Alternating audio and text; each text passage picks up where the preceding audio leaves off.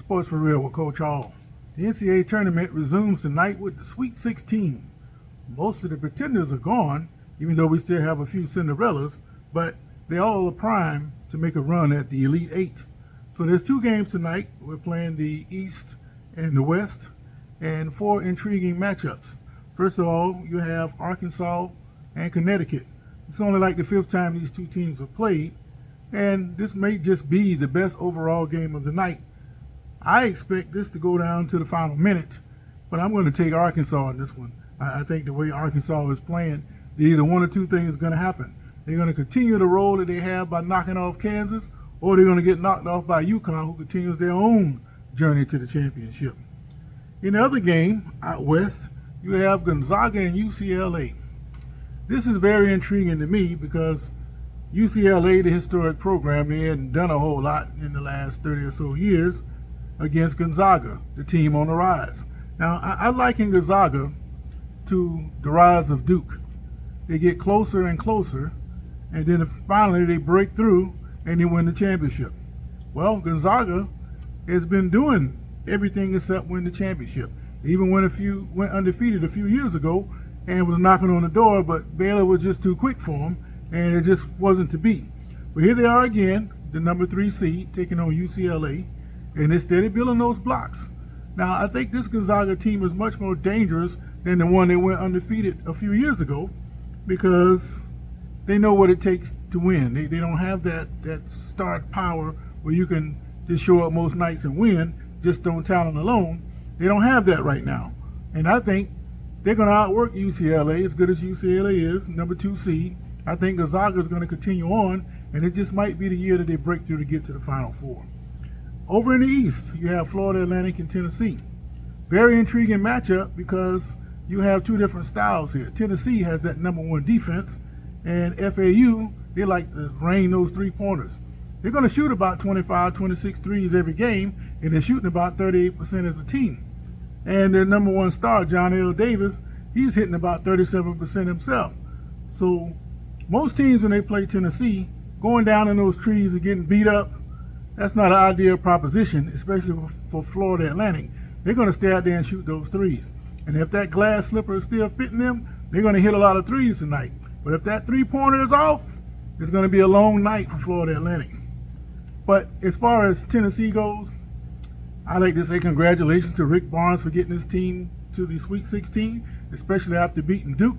You know, a few years ago, when he was coaching Texas, I saw them play Duke in the Sweet 16, or either the second round or the Sweet 16. I can't remember which one it was, but it was like a 2 or 3 point Duke advantage.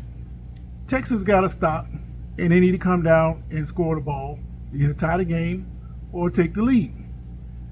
He didn't call timeout, so I said, okay, fine. They missed the shot.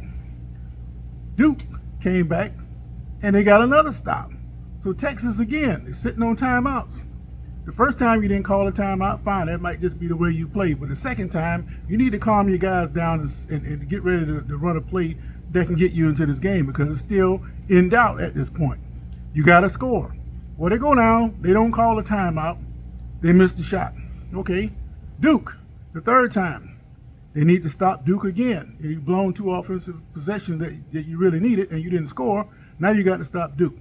Well, unfortunately for Texas, Duke scored. And when Texas got the ball, what do? They call a timeout. Why? The game is over. Why didn't you call a timeout when you had a chance to set up your offense and score the basket? You didn't do that. But when the game was out of reach, you called a timeout. I haven't been able to figure that one out about Rick Barnes. So when the game gets close, Rick Barnes, he's under the microscope with me because what he did that day was suspect. And keep an eye on that. If this game or any other game gets close down the stretch, watch how he manages that game. And you'll see, or it will determine more likely who's going to win. But tonight, I think it's Rick Barnes' night, and Tennessee should get by FAU. And finally, you have Kansas State and Michigan State. Kansas State, they're having a pretty good season, and they're on a nice little run there. They got the number 3 seed, and they're playing good basketball, and they are a threat to Michigan State. On the other hand, Michigan State, they're not having the success they normally would have. But this team reminds me of Kansas under Roy Brown. When Kansas was ranked number 1, they would lose. They didn't get very far when they were ranked number 1. But when Kansas came in 5, 6, 7 seed, that's when they became dangerous because they felt like they were being disrespected. Here is the same with Michigan State. They are very capable of getting to the Final Four, starting tonight with a victory over Kansas State. Izzo is a good coach. Unlike what I've seen from Barnes, this guy here can coach down the stretch. He's proven it year in and year out. So the thing about Michigan State, though, they're kind of puzzling to me. Take Ohio State. They blew Ohio State out early in the year. Then the last game of the regular season, they beat Ohio State again. Who do they have in the first round of the Big Ten tournament? Ohio State. And they end up losing. Not by 1 or 2, by 10. How do you beat a team twice? You blew them out. You beat them the last game of the regular season, come back again, and you get beat by 10. That doesn't seem to make a whole lot of sense to me. That speaks of inconsistencies. And I think tonight, that might come back to haunt them.